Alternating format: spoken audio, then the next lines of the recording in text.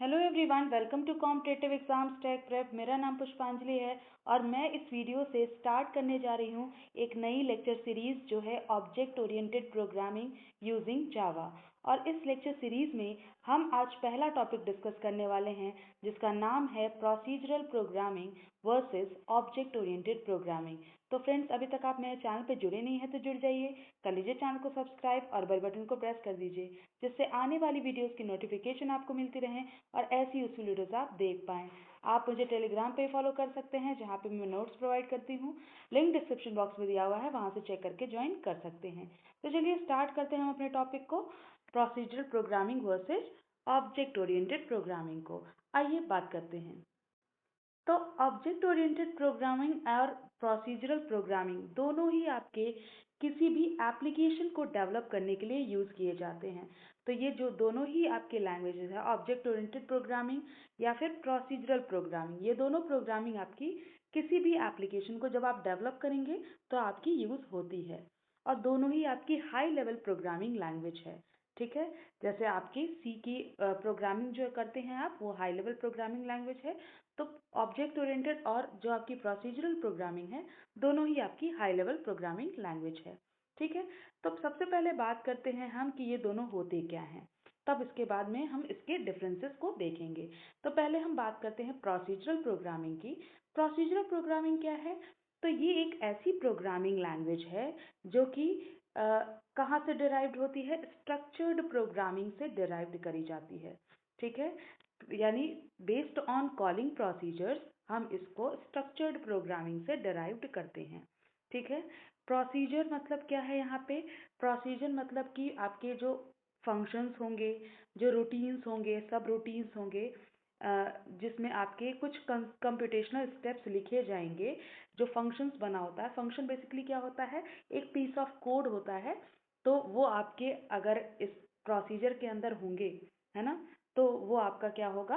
Procedural programming होगी। तो फिर से एक बार समझ लीजिए कि प्रोसीजरल प्रोग्रामिंग लैंग्वेज हमारी स्ट्रक्चर्ड प्रोग्रामिंग लैंग्वेज से ली गई है और इसके अंदर आपके फंक्शंस, रूटीन्स, सब रूटीन्स, ये सारा कुछ आपका डिफाइंड होता है। ठीक है, तो प्रोसीजरल प्रोग्रामिंग जो है वो स्टेप बाय स्टेप अप्रोच को फॉलो करती है। ठीक है, जिससे अपने टास्क को वो क्या कर पाए? वेरिएबल्स और रूटीन्स में जो है वो आपका ब्रेक कर पाए। ठीक है, यानी जो स्टेप बाय स्टेप अप्रोच हम अपनाएंगे, इससे हम क्या करेंगे? जो भी काम हमें करना है, जो भी प्रॉब्लम सॉल्व करनी है उस प्रोग्रामिंग के थ्रू, उसमें आपका टास्क को हम वेरिएबल्स और रूटीन्स में डिवाइड कर देंगे। ठीक है, तो कौन कौन सी प्रोग्रामिंग लैंग्वेज हमारी प्रोसीजरल होती हैं? तो हमारी एल्गोल हो गई, कोबोल हो गई, बेसिक हो गई, पास्कल हो गई, फोर्ट्रैन हो गई, या फिर आपके सबसे ज़्यादा जानने वाली सी। सी भी हमारी एक प्रोसीजरल प्रोग्रामिंग लैंग्वेज होती है। ठीक है, तो जो प्रोसीजरल प्रोग्रामिंग है, ये आपकी टॉप डाउन अप्रोच को फॉलो करती है। इस तरह से टॉप डाउन अप्रोच को फॉलो करती है। ठीक है, ऊपर से नीचे तक आपकी इसकी डिजाइनिंग होती है प्रोग्राम की। ठीक है, जैसे कि आपने कुछ फंक्शन यहाँ डिफाइन करा, उसके बाद कुछ फंक्शन ऐसे डिफाइन करा, तो इस तरह से टॉप टू बॉटम आपकी ये अप्रोच फॉलो होती है। ठीक है, तो इसमें आपका जो प्रोसीजरल प्रोग्रामिंग है वो आपकी फंक्शंस के कॉन्सेप्ट को ज़्यादा जो है इम्पोर्टेंस देती है।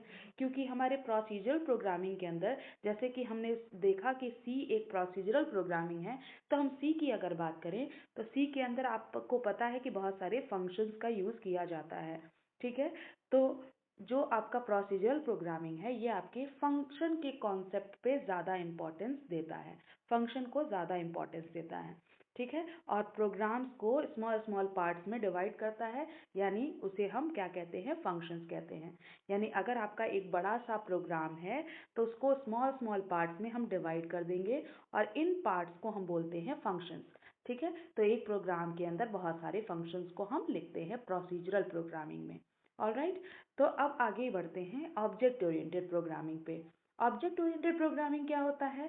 तो आपको पता है कि ऑब्जेक्ट ओरिएंटेड में दो चीज़ें इंक्लूडेड हैं। पहला है ऑब्जेक्ट, दूसरा है ओरिएंटेड। ठीक है, तो जो ऑब्जेक्ट है, ऑब्जेक्ट किसे कहेंगे? ऑब्जेक्ट एक ऐसी एंटिटी होती है जो कि रियल वर्ल्ड में एग्जिस्ट करती है, ठीक है, रियल वर्ल्ड में एग्जिस्ट करेगी। तो ओरिएंटेड का क्या मतलब है? ओरिएंटेड का मतलब है कि oriented is interested in a particular kind of thing, यानी उस एंटिटी की उस एंटिटी में इंटरेस्टेड हो।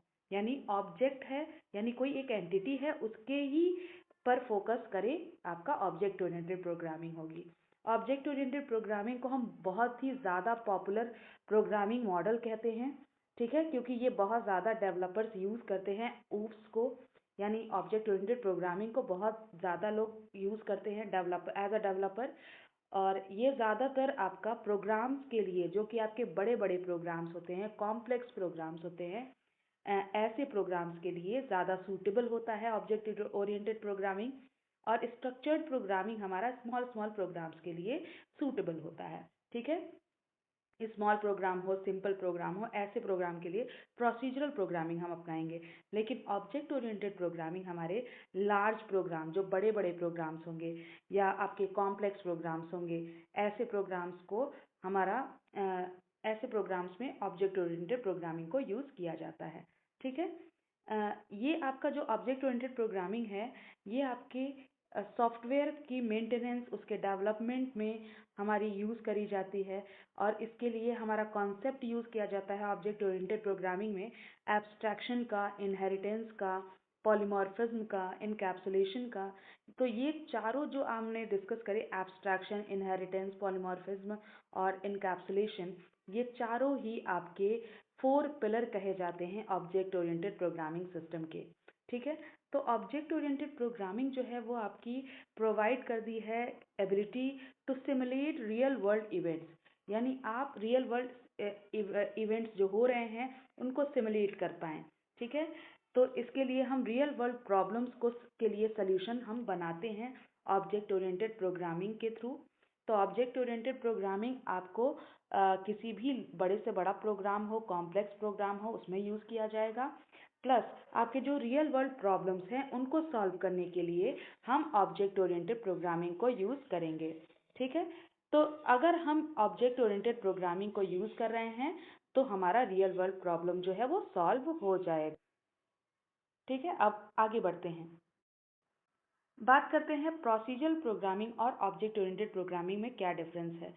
तो बात करें सबसे पहले प्रोसीजरल प्रोग्रामिंग की। तो प्रोसीजरल प्रोग्रामिंग और ऑब्जेक्ट ओरिएंटेड प्रोग्रामिंग में क्या डिफरेंस है? तो प्रोसीजरल प्रोग्रामिंग जो है वो आपकी प्रोग्राम को स्मॉल स्मॉल पार्ट्स में डिवाइड करती है, जिनको हम फंक्शन कहते हैं। और ऑब्जेक्ट ओरिएंटेड प्रोग्रामिंग जो है वो प्रोग्राम को स्मॉल स्मॉल पार्ट्स में डिवाइड करती है, जिसे हम ऑब्जेक्ट कहते हैं, ठीक है। तो यहाँ पे जो प्रोग्राम स्मॉल स्मॉल पार्ट में डिवाइड होगा उसे फंक्शन कहेंगे, और ऑब्जेक्ट ओरिएंटेड प्रोग्रामिंग में जो आपके स्मॉल स्मॉल पार्ट्स में डिवाइड होगा उसे ऑब्जेक्ट कहेंगे। क्लियर है? Procedural programming top down approach को फॉलो करेगा और उल्टा होगा आपका ऑब्जेक्ट ओरिएंटेड प्रोग्रामिंग में। Object oriented programming bottom up approach को फॉलो करेगा, ठीक है। यानी प्रोसीजरल हमारा किस तरह से जाएगा, इस तरह से इसकी डायरेक्शन होगी, और ऑब्जेक्ट ओरिएंटेड जो है वो इस तरह से इस डायरेक्शन में जाएगा, ठीक है। तो अब आगे बढ़ते हैं। प्रोसीजरल प्रोग्रामिंग में आपकी एक्सेस स्पेसिफायर को यूज़ नहीं किया जाता है। एक्सेस स्पेसिफायर जैसे कि कैसा एक्सेस होगा, पब्लिक, प्राइवेट, प्रोटेक्टेड, किस तरह का एक्सेस होगा। तो प्रोसीजरल प्रोग्रामिंग में, यानी जैसे सी लैंग्वेज है, उसमें आपका कोई भी एक्सेस स्पेसिफायर यूज़ नहीं किया जाता है। लेकिन अगर हम ऑब्जेक्ट ओरिएंटेड प्रोग्रामिंग की बात करें तो इसमें हम एक्सेस स्पेसिफायर का यूज़ करते हैं, जैसे प्राइवेट, पब्लिक, प्रोटेक्टेड, एक्सेट्रा, ठीक है। प्रोसीजरल प्रोग्रामिंग हमारा कोई भी डेटा हाइडिंग के लिए प्रॉपर तरीका नहीं बताता है कि हम डेटा को हाइड कैसे करें, इसलिए ये लेस सिक्योर माना जाता है।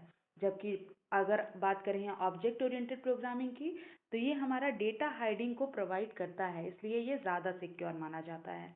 तो अगर हम देखें कि सिक्योरिटी के पर्पज से, तो प्रोसीजरल कम सिक्योर है और ऑब्जेक्ट ओरिएंटेड ज़्यादा सिक्योर है, ठीक है।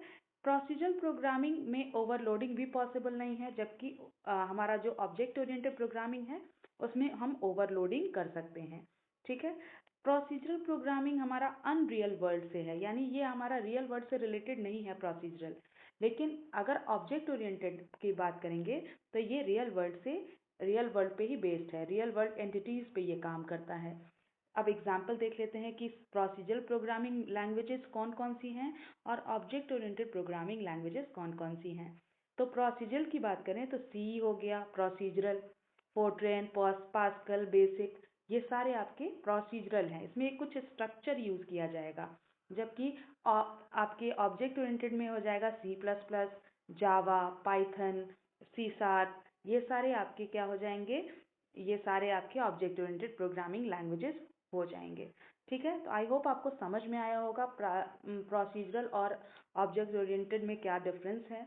एक बार मैं कंक्लूड कर देती हूँ ऑब्जेक्ट ओरिएंटेड और प्रोसीजरल में क्या डिफरेंस है। तो दोनों ही आपके प्रोसीजरल में एक स्ट्रक्चर फॉलो किया जाएगा, जबकि आपका ऑब्जेक्ट ओरिएंटेड में ऑब्जेक्ट पे बेस्ड हम प्रोग्राम्स को सॉल्व करते हैं, जो कि एक रियल वर्ल्ड एंटिटी होती है।